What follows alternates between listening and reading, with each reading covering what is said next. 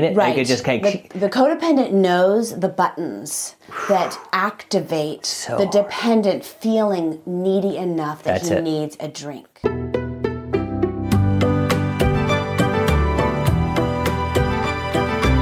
Welcome to our back porch. We are two authors and artists, happily married for over 20 years, parenting two boys and sharing glimpses of our lives with you. Lean in and listen to our unedited conversations as we share on art, parenting, politics, culture, and how our Christian faith colors it all.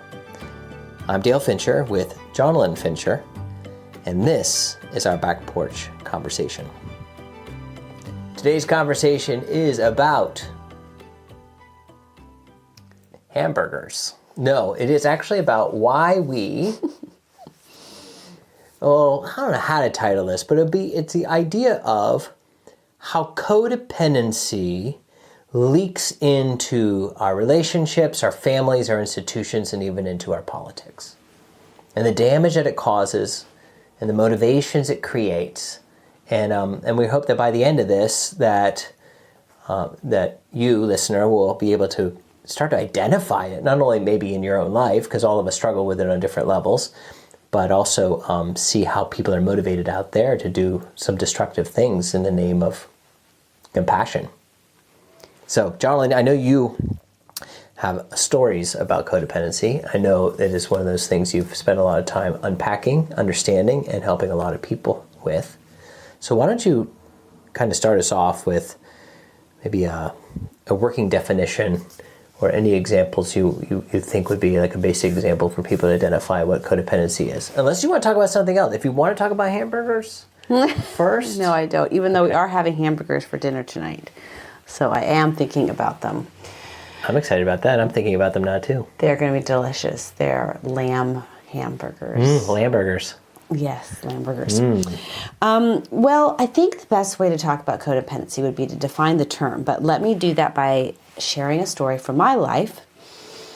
I remember when I married you, and in the first year of marriage, I would say more than once, I was a much nicer person before I married you. And I was kind of shocked at how unpleasant I could be. And I realized that was the beginning of me starting down this road of identifying codependency as a problem. Well, our first year of marriage was very difficult for both of us. And I think it's the first year of marriage is difficult for most people. I mean, people say, when's that honeymoon stage going to wear off? And I don't know, maybe some people feel like they're in that stage after the first year. But the first year was definitely our hardest year of marriage. And we were working through a lot individually, working through a lot together, working through a lot of our own family cultures, some of those dysfunctions that ended up clashing together with each other. Yes, but what I wanted to point out was that part of the reason I became an unpleasant person was that I figured out that all the things that I wanted to be needed in, you didn't actually need a lot of them. Like, for example, I remember you being very willing to say, let's just go out to eat. You're finishing your seminary master's degree, and you're saying that to me, and you were busy with traveling and speaking, and so sometimes it was like this, actually more often than not, you'd be like, let's just go out to eat. You don't have to cook tonight, let's just go out to eat. And I came from the mentality of like, I am the woman, I should know how to cook. And you valued that, but you also you never put it on me. Like, that was something I took up myself. And one of the things that is an alarm bell for you being a codependent is when you are a little bit discouraged that the people around you don't need what you have to give. It doesn't automatically mean you are codependent, but for me it did. And it helped begin me on the path of realizing that codependency was the way I had learned to cope with having a role to play in a family where there were a lot of addictions. And if you were to meet my family, you'd say they are not an addicted family. They are a upright family of integrity, attending church every week, and elder in the church, and sweet and social and incredible power couple. How could you say that about your family? And what it has taken quite a while to realize is you don't have to be addicted to alcohol or drugs, which are chemical dependencies, to be addicted. And the best definition I found of addiction, which is very important, you have to understand addiction if you're going to understand codependency, because the word codependency comes out of the alcoholic recovery material. So it's the alcoholic who's the dependent on the drug, and in this case, the chemical drug of either alcohol or it can be actual hard drugs like cocaine, or could be nicotine. But there is the dependent in the relationship, and then there's the codependent. And that term comes from the two people who together create the environment that make the alcoholism possible.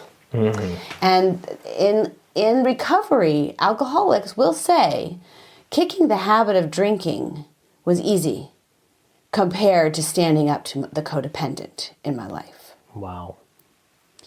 Because in that situation, the alcohol, the addiction, the addicted person, let's say it's the guy, because it's so typically the guys, and then the codependent saying his wife. So when he's starting to get rid of the addiction, she was playing the codependent, meaning that she, and maybe you're going to get to this in a minute, but she's playing that role of, well, if you're no longer so vulnerable and weak to your addiction, I'm no longer playing some sort of like helping role alongside you. So in other words, as long as he is helpless, she feels like she is important. And as soon as he starts getting strength, she starts to lose that importance. Is that where you're going with that? It is, but I would never use those words to describe it. I think you're actually coming at it from such a healthy point of view. I don't think you're understanding some of the nuance of what it means to be codependent. Cool, I want nuance. Okay, so the codependent woman in this case would never say, I want my husband to be alcoholic. Of course not. That sounds horrendous. And she would never... She would never even, most codependents aren't even aware of what they are doing in terms of they're like part of the dynamic duo of addiction. But that you are correct in saying that the codependent needs the addict to continue an addiction. Because addiction, and like I was trying to say earlier, doesn't need to be to a chemical. You can be addicted to a process. You can be addicted to a person, and you can even be addicted to false forms of spirituality or religiosity, which is spiritual. Yeah, I totally agree with you, and I think that addiction becomes such a nebulous term. That I think Can I define it? Can I define? Well, I was going to say show how my mom defined it, but but feel free to go ahead. Go ahead. Please share how your mom defined it, because I'm not going to forget my definition. Okay, great. My mom, because she was helping with family members go through a recovery program. And they would define addiction as a disease of the feelings. And how I've seen addictions play out when it comes to our emotional lives is those are the things you go to put you out of touch with yourself, so that you don't have to face the hurt that you have deep in your heart.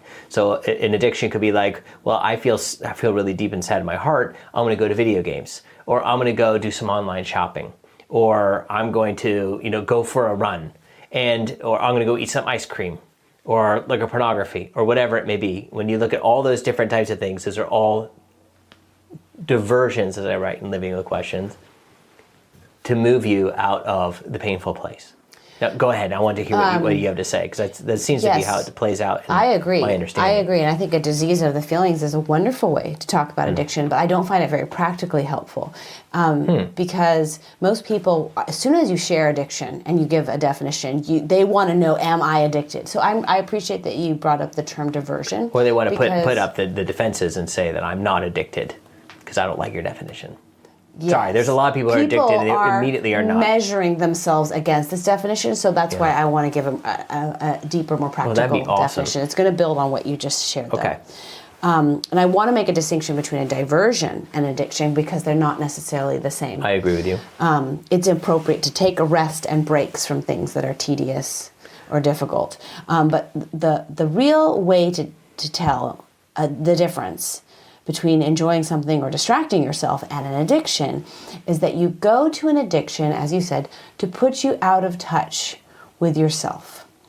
An addiction clouds up the air between you and your beliefs, between you and your feelings, between you and your desires, even between you and your choices or your goals. Mm-hmm. So addiction means that you prefer this cloudy state of being rather and above being sober.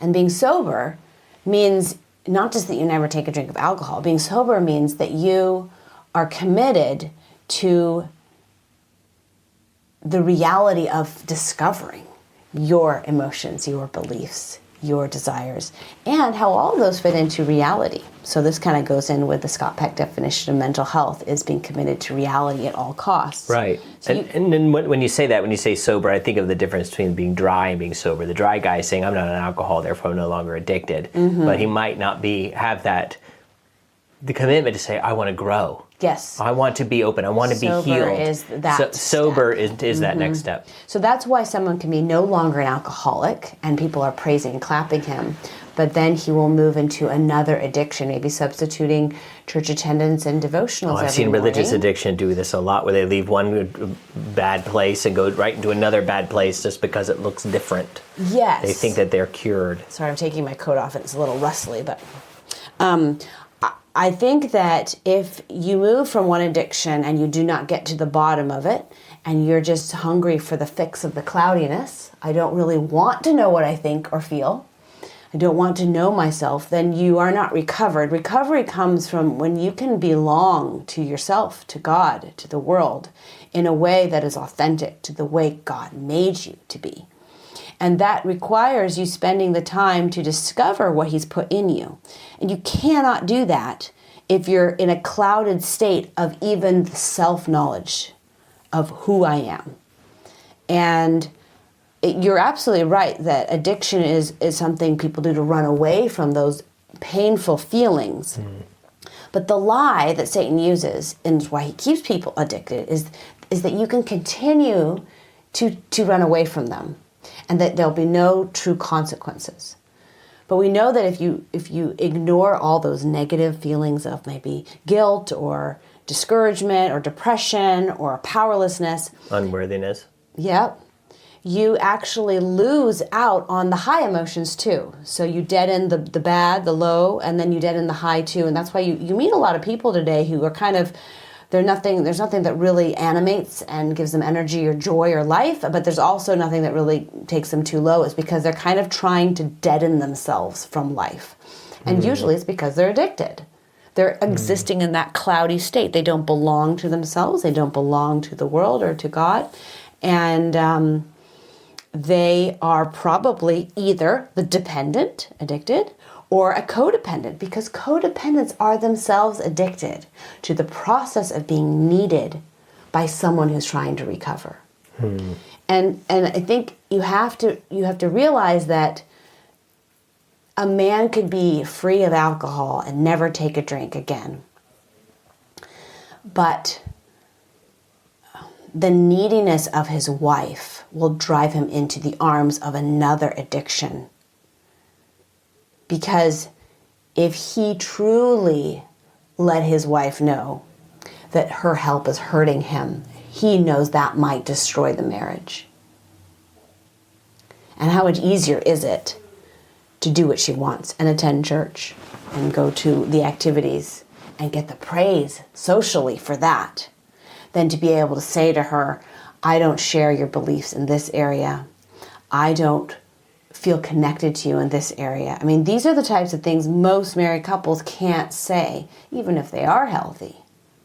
And to ask someone who's spent most of his life in a cloud-like state to begin to be honest about his own desires and feelings, that's a huge ask, which is why it almost always requires help. Professional help, a friendship help, and people who are not codependent coming to help. Mm-hmm. The trick about that is codependents are attracted to dependence like flies to sugar water and fruit flies. Right, they to find vinegar. each other. They find each other. They can smell it across out. the room. I agree. I've seen that. And this is why in most churches, where codependency is rampant, just like everywhere else in society. The book I've read that I really rely on and appreciate about this is 96% of the population is involved in codependency, either as a dependent or as a codependent. 96% of the entire population? Yes. Is that American population in particular? This is America. Yeah. They're not trying to be an expert in other cultures. They are very unhealthy. So this means it's in every institution that claims to help. It's rampant in mental health professionals and therapists. It's rampant in our churches, in our schools, in our medicine, in our politics, in our families. So any like social justice things.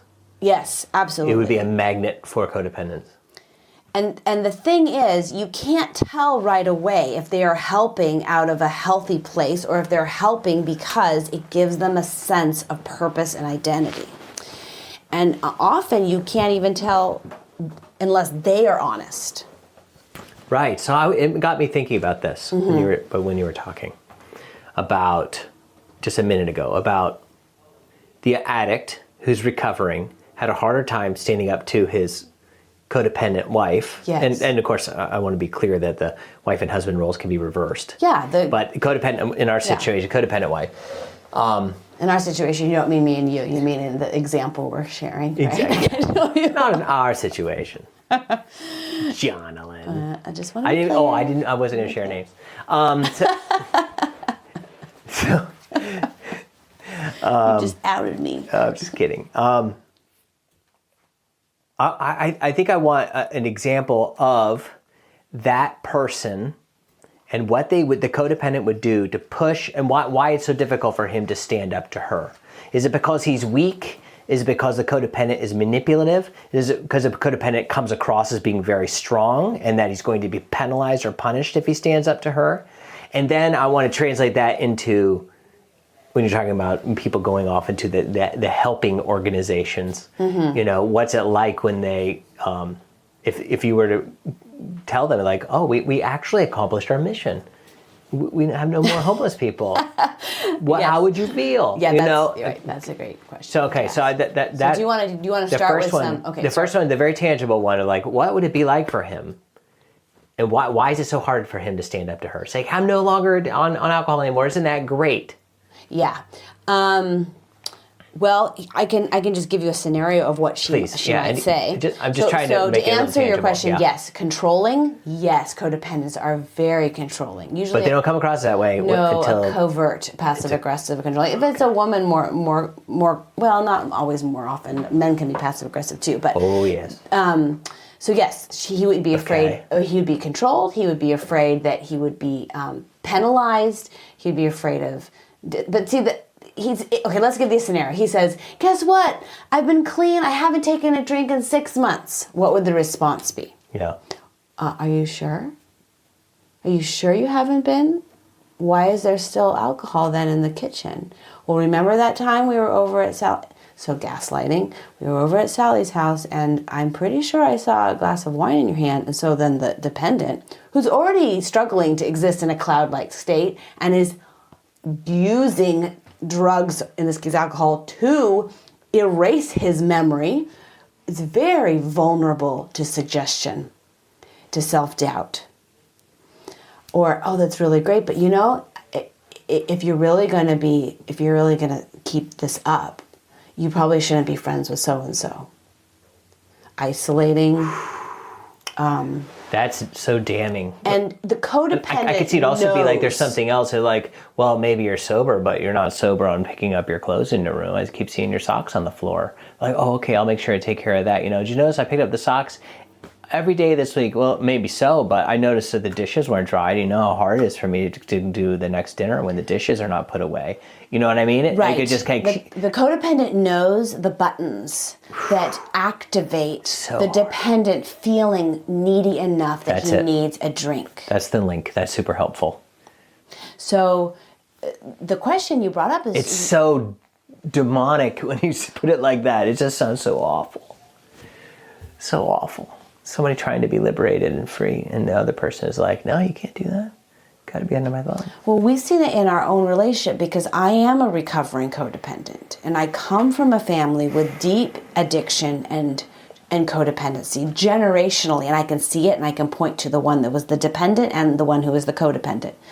And it did operate along sex lines. So I remember times where you would have the confidence to do something, and I would use that little phrase, and it comes up in the movie Polar Express over and over again. Are you sure? I heard it recently in a video of us on the ocean when you were doing something, and I wasn't confident about it. It was with a fish. We were on the ocean, Lady Gray, and you were like grabbing the fish, and I was in the background anxious. Yeah. And rather than, as a healthy, non-codependent woman, saying to myself, you're anxious, what can you do to take care of your anxiety? I was off-charging my anxiety onto you and saying, are you sure that's the right way to grab the fish? Are you sure it's not going to stab you? Are you sure? I mean, basically, you're in the middle of a fight with this crazy fish trying to get it on board. And I'm feeding you like portion after portion of doubt. Oh. And thankfully, you just ignored me, which is a really strong and appropriate stance to someone who's trying to feed you doubt in your own abilities. But I could see there are some occasions in which I'm like, oh, you want to do it? You can go ahead and do it, because it sounds like you know more than I do.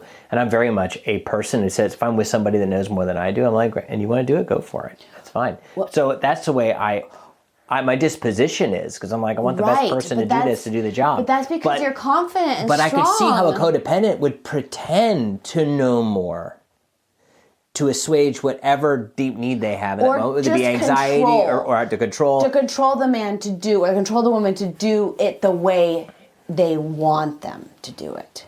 Mm-hmm. And I think a big question for me is, if Dale's successful in this, is that threatening to you, Jonalyn? If Dale's way works, does that bother you? So is this about steering Dale, or is this about being a team? And celebrating a victory versus being on the podium. Yeah. Being first on the podium, or whatever it may be. No, I think that's a great way to say it. Mm-hmm. Now, do you see right there how you paused and then you changed the words you used? And it's partially because I gave you a look of like, and people can't see this because they're listening. Oh, no, you were looking actually over there. Yes. Thinking about your thought. Yeah, I was thinking the audience might be like, well, if you're a team, you're on the podium together too. And I'm like, oh, I was okay. Isn't that funny? It just goes through my mind, like, did I say that clearly? That's what but I'm thinking about people listening. I wasn't worried about what you were thinking in that moment. Good. Because in that moment, I was, I think it's a great example of me being codependent. It's just nice to be able to share it with our audience. So in that moment, I can try to control the way the narrative of this conversation goes by withholding my facial and verbal feedback to you. Mm-hmm. And so that's why, as a recovering codependent, I have to be very strict with myself about working the program, about identifying what is my first drink. It's not a drink of alcohol. For me, the first drink is the first fudging of truth. That I commit this tiny, tiny white lie to achieve the result I want, to be a people pleaser. So it sounds like a codependent is highly manipulative. Yes, very, very manipulative. But it's because, I'm going to use she because I'm the codependent right here and it's easier. She fuses her identity to the person she's with. And if she can't control and manipulate him, then she can't control how people perceive her. Yes, okay, so this is really good. This is really important. So if you were to like think about anybody who grew up in like conservative church culture, evangelical culture, you will see and hear all these messages about, like, for example, the way the roles need to be played in families and between a husband and wife. She needs to do these things. She needs to be, the one keeper of the house, for example. Okay, She needs to be able to satisfy, and take care of her husband's needs, whether it be ironing his stuff or preparing the food and taking care of the children. Yeah, that's my childhood. And you can see how, if all of that is internalized, yes, and how if a woman is not accomplishing all those things, yes, she has nothing to show for it to her community as that she's a good woman and a good mother. Yeah. And in her own quest to be a good mother, or a good wife, she doesn't feel like she's actually living up to that model. Okay. Like, for example, if I'm like, well, we go out to eat, you gotta grab a bite. Right, and you're like, right. oh no, I'm not living up to the model of providing this. Yes. You could see how, to a codependent person, manipulating those situations so that all of the roles that are, especially the ones that are praised in the churches, are the ones that she's manipulating to make sure she's ticking those boxes really, really well. And then she goes to the church house. And after a week of horrible manipulation of her family and her spouse in order for her to tick off all of these role-playing boxes, Right. she gets praise from the pulpit. Yes. And now you've baked the dysfunction and the manipulation right into what is then called a godly marriage.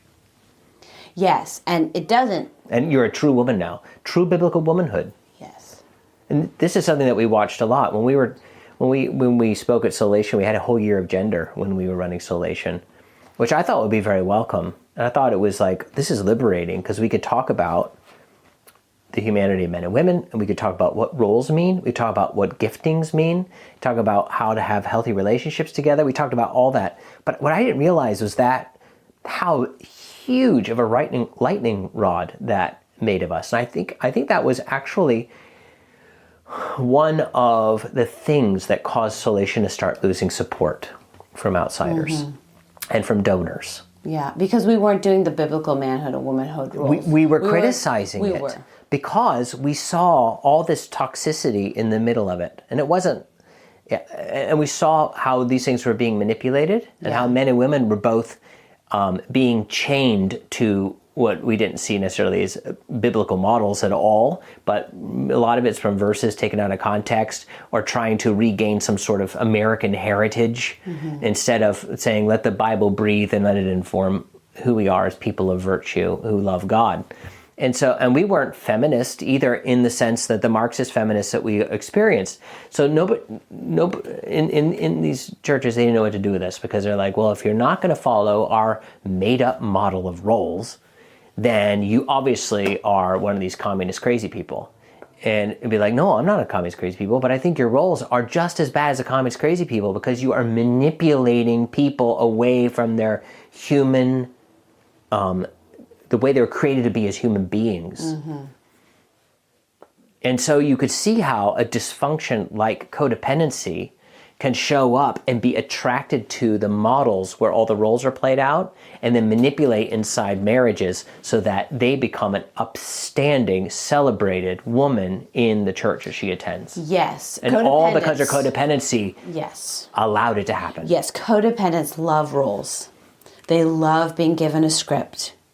And they love having a script for their dependent because then they can take the role of the stage director and letting the dependent know when he's messed up. And the pressure is so great. Image management is so great that the dependent then comes off of it so exhausted about keeping up appearances that he then needs to go use his drug of choice to be able to come off of it. I'm going crazy. The irony just popped in my mind is that these exact same churches will say the man is the head and the wife is submissive to him.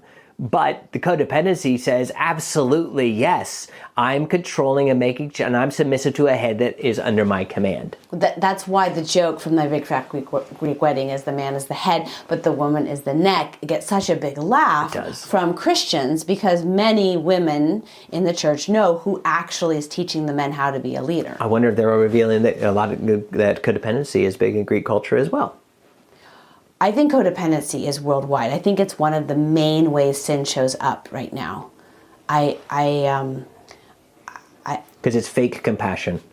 It's all the trappings of compassion, the trappings of love, the trappings of success. It's the wolf in sheep's clothes. It's completely manufactured. And the reason it's an addiction is because codependents use the right thing, the compassionate thing, or the helping thing to cloud them over from seeing their own desires. And I struggle with this every time. And this is why the people-pleasing is part of codependency often. It's like, I don't know what I think, but I need to appear good to this person. I need to keep doing good to these people because then they will think well of me. Right. And not asking, well, what do I even think about this situation? Should I even be involved? Or do I want to be involved? I want to hear your example. Yeah, exactly. Yeah, so codependents have a really hard time identifying what they want and how they feel. So we have a big question for our family coming up if we're going to be joining the ski group, which all the homeschoolers take a class and they go skiing and then they get like a free pass for the day on the mountain here. And one of the things I am always juggling and wrestling with is the reality of knowing what the social norms are. If we want to be part of the group, yes, you join this class because people want you to. But then I hear how half the kids want to, half the kids don't. Who's going to be our teacher? How many kids are going to be there? And there's not that part of the social norm is a question mark. Yeah, people don't all agree on wanting to do this. And I have to pull back and say, now I could use my substantial relational persuasive powers and make everybody do this like I have in the past. Because I know that the social norms will accept us more if we are part of more activity. And that's, by the way, I can see how a codependent can exploit that, because you could, even if you're not fully persuasive, like to get me to be involved in this. Yeah. You are good, because I know you're so strong at the social side, really good at punting to some special knowledge that I just simply don't know and don't understand. And I'm like, well, you do know more about this, so I'm just going to give in because obviously I'm missing out. Yes. Because codependents usually are very good at reading people, and they can use whatever leverage they have to be controlling. That would be a persuasive line to be like, well, you just don't know, so you have to go along with what I'm saying. Yes. And if you don't, we're depriving the boys of this is how they're going to make friends. So continue. Yes, exactly. So continue the skiing example. That was just a parenthetical. So then let's say we do the skiing thing, and everyone and all the people who don't want to do it are forced to do it, and they all go do it, and let's say something good happens out of it. Then the codependent says, see, if it wasn't for me, you never would have been friends with that person. So codependents make themselves indispensable. Absolutely.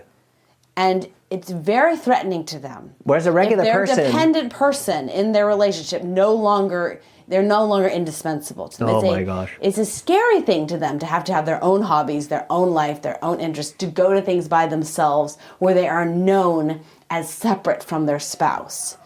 And the church encourages this unhealthy codependent-dependent relationship when they say things like the husband and the wife are one, because the codependent hears that as a fused identity. Which means she doesn't have to know herself at all. And neither does he. And you come up with all... Especially if he's the addict. We come up with all of our decisions together. We're united in everything we do. And it's praised. That's right. And it appears as though it's like a match made in heaven, soulmate sort of thing. Yeah, it looks like intimacy from the outside. It does. Which what that verse actually means is that they become one sexually and have children. It does not mean they fuse their identities. That's right. It means they create a new culture together. A new family, that's right. Yes, a new family unit. So the other things, just some characteristics of codependence I thought I'd just mention here is they often have terrible boundaries. They are addicted to the relationship. They are over-functioning in impression management. So after events, how did that appear? They're really big on the clothes, appearance, how did we show up for that? You don't have to be into fashion to be a codependent, but the idea that you were a bad reflection on the family or on me, rather than allowing your husband or your wife or your kids to be, they're their own, they have to maintain their own reputation for them. Mm-hmm. They're not part of my identity when they go out into the world. That, when I was in my dating, when I was dating early on, trying to find somebody that I could marry, I remember one of the hangups I had was I was thinking about how the person that I was going on a date with, how badly it reflected on me. And I think that I had, identity fusion issues back then. Well, you were probably taught it in the churches you grew up in that whoever you're dating is a reflection on you. Yeah. And I do think it is a reflection in some way. But by the time you and I were dating, I didn't have those thoughts at all. Like, you could do embarrassing things, and I'm just like, that's funny.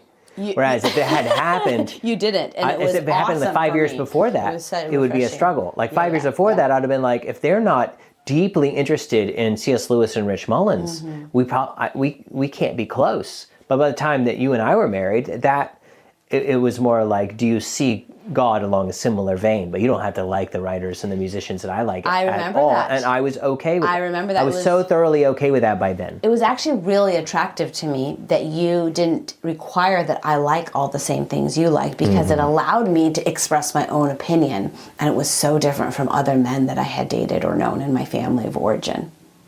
I distinctly remember criticizing Rich Mullen's voice, and you wrote back to me in the email, yeah, he knows he doesn't have the best voice, but he said he's the only one who could find sing these songs, and I really like it for the poetry. And I remember thinking, I was like kind of trying to kind of poke you a little bit and see what you were made of, and it was like, wow, he's not fused to even this guy. But if you had said his poetry is stupid, I'd be like, well, maybe you're stupid. Well, you could have that's the thing, is you can disagree with someone, and you can tell them they're wrong, but to control them is when you move into the codependent territory. Yeah. One of the things I find really interesting about codependents is that they have a hard time knowing their own minds, their own feelings. And they often have to rely on somebody else or a group think to know what to do. And like it becomes their authority in some way? To give them the assurance that what they're thinking is okay? That's the right answer. That whether it be an author or a their group of people. anxiety about an event or their discomfort with a salesman's tactic is appropriate to follow. And that's because they're out of touch with not only what they feel, but what they think. Are they feeling something that are worth following? It's what they think enough for them to say, I don't really want to go to that movie. So standing out or being a leader, a codependent is not a good leader in general. No. Unless they're a lead from behind kind of leader. Well, where they're like, let me get a temperature of the room and get up they and say that. can lead in helping. Okay. Because if they know they're indispensable, they can lead in those capacities. That's why you see a lot of women-run, men-run ministries in the helps area where they'll get up and say, you guys, why weren't there more people doing this? Don't you realize? And they feel so self-righteous. But I'm helping all these sad people by myself. And there's that martyr. Sure. Being a martyr is also part of being a codependent. Wow. Those are connected. You know, when you're saying that, and I know you have more on that list, but No, I had a political distinction to make, but if now's not a good time to make it. Oh, please make it. I won't forget what I'm going to say. One of the distinctions between right and left in America right now, as far as the philosophies that are lingering around and informing them, is that the right is more individualist and the left is more collectivist. And you'll hear, a lot of insults about individualists and individualism. And, you think your rights are more important than everybody else's, and on and on. You'll hear it. And those are all criticism coming from collectivists. Like, collectivists feel like they don't belong necessarily in the group. And individualists, the philosophy is that you're an individual first, and you already belong whether the group likes you or not, and you're valuable. A collectivist says, well, you're valuable if we say you're valuable. An individual says, I'm valuable before God, period. Yes. And there are people who are individualists who disdain community and want to go down roads that are immoral and say, this is my choice, I get to make it. And those are particular issues. Individualism itself is not the value. In being an individual who has value is the value. Nice distinction. I like that. Thank you. But I could see how codependents are attracted in general, even though there's codependents on both left and right, no doubt. Yeah. And there's these little weird collectivist groups even on the right. Yes. But I can see them being attracted to collectivist groups, where it's the harmony of the group, and as long as you know how to speak it, and to cults are collectivists. Yes. They want to dissolve the individual. How dare you think outside the box? A lot of churches are functioning sociologically as cults right now. That's right. And even if their doctrine and is politics correct. too. Yeah, I agree with you.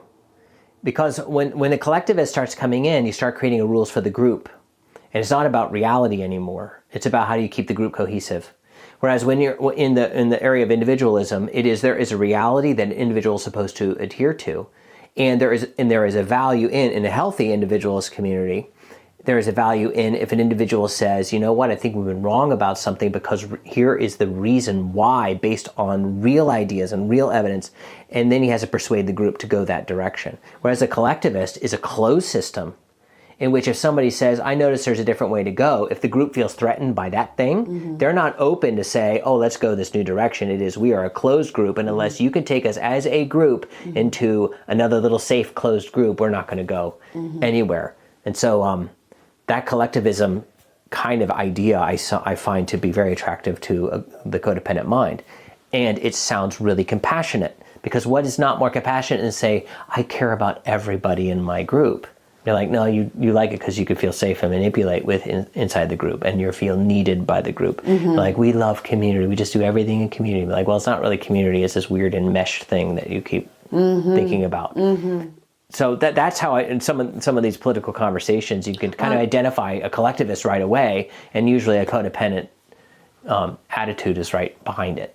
Well, I'm glad you're bringing that up. I hope you continue to feel free to share how this connects to politics, because I think that's an area I'm not as strong in. And so it's good to hear how this connects. And in fact, I was thinking about, when we were talking about churches, you have to believe this view of gender norms to be able to be part of this body. Sometimes you would have to sign that to be a member of the church. And it's exactly, and you think to yourself, I think this church cares about the truth. And so if I'm bringing something that's true, just for the group to say, we need to consider that and go pursue the truth.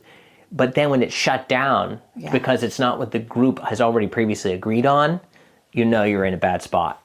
Yes. It's a bad spot. It's not a truth-seeking group. That's why there are not a lot of people in churches who will stand up and say, what Dale's saying is true. It's because they are there to be codependent and to practice their disease in that community. They're not interested in even identifying what they believe. I just want to pause on that just for a second. I think anybody who just listened to that probably should hit the backwards 15 seconds and listen to what you just said. It's really good. Thanks. And we've been in those kind of groups before. And for a while you're like, oh, this is a really close community, really helpful and everything. And then after a while you realize this is a non-growing community. This is a community that's protecting itself. Yeah. Within whatever little tradition it manufactured. Or protecting itself around the pastor that they think that they need to always be leading them. Yes. This is happening on the left in so many places. Friends who came out lesbian and then realized in their relationship, one woman with another woman, I don't want to, God has led me to a place I don't want to be gay anymore. And the hate mail, the excluding, the social isolation, the penalty of having a different view of her sexuality. She was no longer allowed to get in touch with her own feelings, her own beliefs. The same if you were part of the LGBTQ group and holding up banners and flags and attending protests, and then you realize, actually, I believe that there are differences between men and women. Well, you're a Nazi now. You're not actually permitted to be friends with some of these groups. I'm not saying all of them. No, it is very much true. I'm saying that isn't just more examples of how hard it is to get out of codependent places. Yes. Because a codependent is losing power when they're no longer have control over you. And so their last ditch effort is these shaming tactics and gaslighting to see if they can claw you back in. Right. So many of the things we see and the problems we find in society today have at their root this addiction process. And I think something that comes kind of a shock to many codependents is that codependents are actually very self-centered. But they look compassionate and other-centered. Yes, but they believe they are personally responsible for the feelings of others. They think they have that much power. When I met you, I totally thought that I had that much power. So if someone is angry, they, what did I do? How can I, what I'm so sorry. Let's just come in and change that emotion for you. Yeah, and I can do that because I have that kind of power. They are meddlers. Codependents are meddlers in other people's emotional lives. They get a high off of feeling other people's feelings. So, empathy. In the huge use of empathy in public discourse today. Yeah. I have found to be a polluted version of empathy. Yeah. A toxic empathy, as one person calls it, a suicidal empathy. I can see that. Where they move into that, I need to feel everybody's emotions so much, and it's okay that if I become deleted, and it sounds like an altruistic endeavor, but the reality is what you are sharing. I do think it's a suicidal empathy because it's deleting themselves and... Which they already did as collectivists, but then it moves even deeper into deleting themselves for the sake of an addict. Yes, it's the old phrase, well, he may have gotten there the wrong way, but look at how effective he's being in ministry. And codependents will justify so much for the sake of helping someone. So much abuse. Because they've already justified the erasure of themselves. So they're going to put up with a lot of abusive things in the name of helping. And now they're others. just chasing the high. They're not looking for being good. They're not looking. That's where the addiction comes in, where it's like I am distancing myself from my real self. I'm losing my sense of identity, and the only way I feel like I'm at all remotely alive is by engaging in these codependent, suicidal, empathetic, manipulative behaviors. Yes. They're not moored to reality anymore because they don't have the capacity to think for themselves over what they think God is asking them to do or what God has said. Yeah. They can't even interpret scripture on their own, which is hence the addiction to a devotional, and the incapacity to read the Bible or just be quiet before God and let Him show you things. Yeah. Two things I want to say, and they're related, but they're not anywhere near. So I want. Go ahead. Feel free. One of them is another political point. Another one is what's a way out. And there's one thing that you just mentioned now that I think is key, part of the key. Okay. To help codependence. Okay. Anyway, in politics, in a codependent type of thing, the codependents really jump out to me whenever a tragedy hits. Let's say you hear about a mass murder in a school. Yeah. The codependents get all the airwaves. Almost as if it's a celebration that it happened, so that they can announce they need to do something to ban whatever it was that caused the murdering. Don't ban the people, it's always banning the instruments that are used. Whenever there's those kinds of tragedies, it's like what I remember Hillary Clinton famously said, never let a tragedy go to waste. I think that is probably a huge motto written on the inside of the codependent, on the walls of a codependent soul. Well, that's because tragedies are opportunities to overfunction and to be praised for it. And to be needed. Yeah.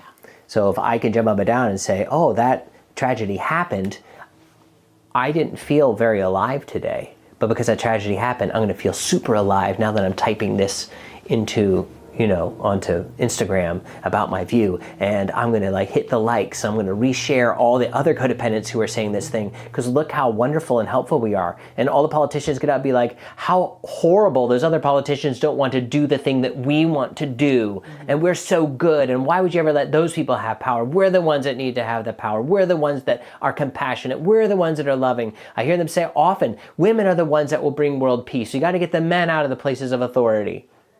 Those are codependent slogans.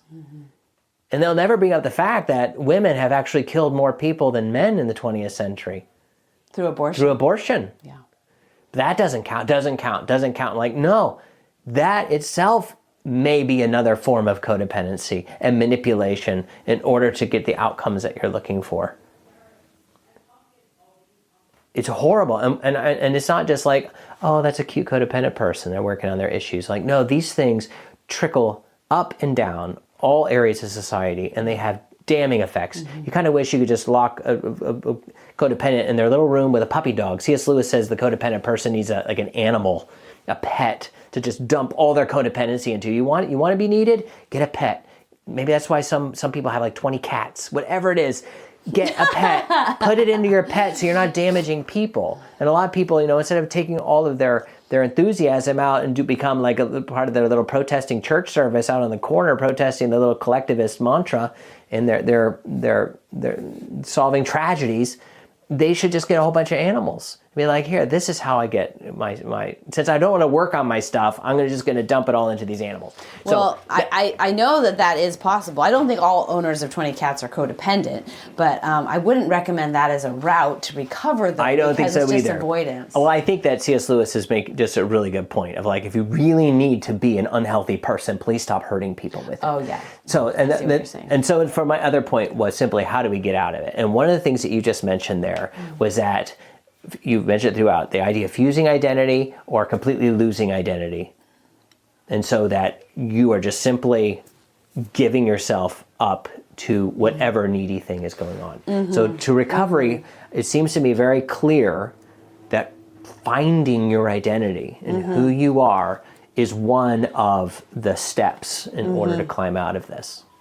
Do you have, I would love to hear you talk about that and hear you talk about any other things that you have found helpful, because I know people listening to this don't want to just simply be black-pilled and be like, oh my goodness, I am... Right, I'm codependent, all my friends are codependent, now how do we get out? Well, I think one thing that's a concern to me is that once people identify how prevalent codependency is, they just kind of give up. Like, well, if you're just saying sin, then we all sin, there's no way out. And I want to say that's not true, because when we do meet someone who's not codependent, like when I met you, it is so life-giving to imagine that you could be that clear about your morality, that God has given you what to do, and that you can see the path of what you ought to do. It's so clarifying. And that's one of the things people find is so refreshing about you, Dale, is that you are a clarifying person. You see, like, crystal clear, like through a clear glass of water. It's like, this is exactly what I know God hates or God wants. And it's based on your knowledge of Him through Scripture, and it's based on walking with Him. And people hunger for that. So if you believe you are supposed to follow Jesus, you must work the program to recover from the disease of codependency. And He will help you. God will help you. That's right. If you're a Christian, some things that have helped me a lot are whenever you say the phrase, if I don't do it, nobody will, you're slipping into your disease. And that's material to take to God. God, I see this need and I'm very worried about it. And I feel like I should do something. And the next question needs to be, do you feel like you need to do something because the need is so great? Or do you feel like you need to do something because you've been equipped and you've been called? And that leads me to the next phrase that is very helpful from my psychologist friend, now friend, but she was my psychologist and counselor for 15 years. And now she's retired and become a spiritual mentor and friend. She would say to me, Jonalyn, a need is not a call. So we have to tease those apart. We have to figure out, are you acting out of your disease right now? Are you acting out of a healthy sense of God asking you to do this today? Knowing that if you say yes to drive down to Boston, to sit with your friend, to help someone whose child's going through heart surgery, you're going to then need to say no, probably to 2 to 5 things later in the week where you will feel needed, so that you can come back and reconnect with God and figure out what He does have for you to do. Because it's obvious you can't do all of it. Well, it's not obvious. To a codependent, it is not obvious. This is why so many mothers and wives are missing in action as wives and mothers, because they are trying to do it all. And they'll call it FOMO. They'll call it, these are just the busy years. They'll call it good education for homeschooling. But they're actually just acting out of their disease. They are out of touch with themselves, and they don't have the moral courage to know how to change. I would recommend this book by Ann Wilson Schaaf called Codependence, Misunderstood and Mistreated. It's a very short book. It's not even it's barely 100 pages. It's 103 pages, small. And I would say I have an incredible family and marriage therapist that I can recommend to you. She works out of Southern California. If you're like, I can't find a good therapist, she's a Christian, she knows codependency, and she can help you. Contact us, we'll connect you with her. If you go to a therapist and say, I want to work on my issue of codependency, a good therapist, make sure they're a family and marriage therapist, not just a personal therapist. They need to know the systems of families to help you. They will be able to help you to a point of identifying it, but you have to go in with I think I'm a codependent. I've done a little reading about it. I want you to help me with that. Therapists have to be charged and freed to help you with specific things, because by law, they can't confront or direct you, because that can become a legal suing issue for them in their training. So Actually, I love how laws get in the way. they do. People getting healthy. Which is why, if you're interested in dealing with this from a spiritual perspective, I can spiritually mentor you and help you with it. But you really need to want to come out of the cloud yourself. That's right. Even if you don't know how, you have to want to be sober. You have to realize your life has gotten to a point where you are so out of touch with the human God made you to be that you know you need help. And signs that you may need help is that I find myself at my wit's end with busyness. Or I feel myself whenever somebody says they need help, I'm always saying yes. Those are like little simple things that are jumping out. Or if you have any part of your life you feel like you need to lie about, and you do lie, that's a sign you're being codependent. You're trying to hide and do image management about something. Yeah. I was thinking when you mentioned about how you're saying yes to helping out, going down to the hospital in Boston. Yeah. And having to say then, no to so many other things afterwards as you're trying to think through what's the need I need to meet this week and what am I giving up? And I think that maybe another one of those signs, because I've watched this happen, is when you feel like that you're volunteering other people in your family to go along with something you're deciding for them. And so if you decide I'm going to go to Boston and you don't even run it through the whole family and say, is this okay if you cover this? And so you need to cover that. And by the way, I know we're looking forward to that thing, but we all have to give it up. Is everybody okay with this? And that helps sober up and help us have wisdom on what kind of decisions we can make. Sometimes we just have to say, I got to do it. I just have to. But much of the time, if we can't have those conversations, or if we feel like we're dragging somebody into it, hey, I volunteered that you're going to be going to this cool dance with me. And you're like, I don't feel comfortable going to that dance thing. Be like, but in your mind, but I'm going to be seen by these people and I'm going to appear like a good wife, or whatever all those things are. Then you're like, wait, give a pause. Who am I dragging into this? And if we could talk about it, then it helps, again, sober up the decision and make it a good decision and make sure it's a good decision. Because nobody wants to be dragged into stuff. No. One thing I would like to say is, for those of you who are still listening and feel like you're not sure how to distinguish if you do struggle with codependency, there was a really wise clinician who would take people in who were depressed. And he began to test for chemical dependency with every patient. And he found that in almost every case of a depressed person, there was a chemical dependent very close to them, usually living with them. Wow. And realizing that many people are addicted to a process, addicted to a relationship, like codependent, that would mean a surge in depression as well. If you're feeling depressed. That is a good indicator that you are involved in this dependent, codependent process as one or the other. Yeah. And when you say go to talk to a therapist and go get help, it doesn't mean that you have this deep, deep problem. You're going there to explore if you have a problem and how deep it is. You might be only on a minor level of that problem, and then you can start getting some tools to work on it. It's much better than going far down that hole and finding yourself in deep, dark places. So we're huge fans of good therapy that is designed to help us get in touch with ourselves, to be open to reality, and to learn to stand on our own feet. Yeah.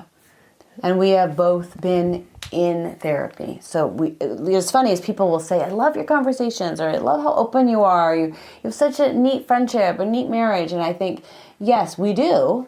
And it's really awesome, and I'm proud of it. But we have also done the work to get here. And it's not marriage work and not marriage therapy. It's individual therapy, and we bring our real selves to each other through it. We have only done, I think, one session of marriage therapy. But we have done years of individual therapy with a family and marriage therapist to grow our marriage. Yeah. And to grow on our own issues. Yeah. Yeah. Because I know that when I'm a stronger individual, I bring more greatness to our marriage. Yes, you do. And more stability, and more love, and more kindness, and more guidance, more wisdom, and vice versa. That was one of the things, too, that made me feel so secure in marrying you, because the guy I was engaged to before, the thing that really alerted me to this possibly not working was The red flag. he wouldn't go to therapy while we were engaged. And you volunteered to say, I want to go to therapy before we get married so that I can have a lot of these issues at least identified before we start our lives Like, if together. I'm not ready for this, I need an independent, healthy, wise person to tell me, hit the brakes. And the woman that you found to be your therapist ended up later becoming mine. That's right, the one you were talking about. Yeah. It's beautiful. Well, this has been a very rich conversation. I know it'll help a lot of people. Thank you for taking the time to think so deeply about it and to bring your real self. You're welcome. If you enjoyed this, please subscribe and give a positive review. And to engage us as artists, go to jonalynfincher.com to see Jonalyn's work and hear stories of the Bible. You can begin that journey at livingroombible.com. We'll see you next time on the back porch.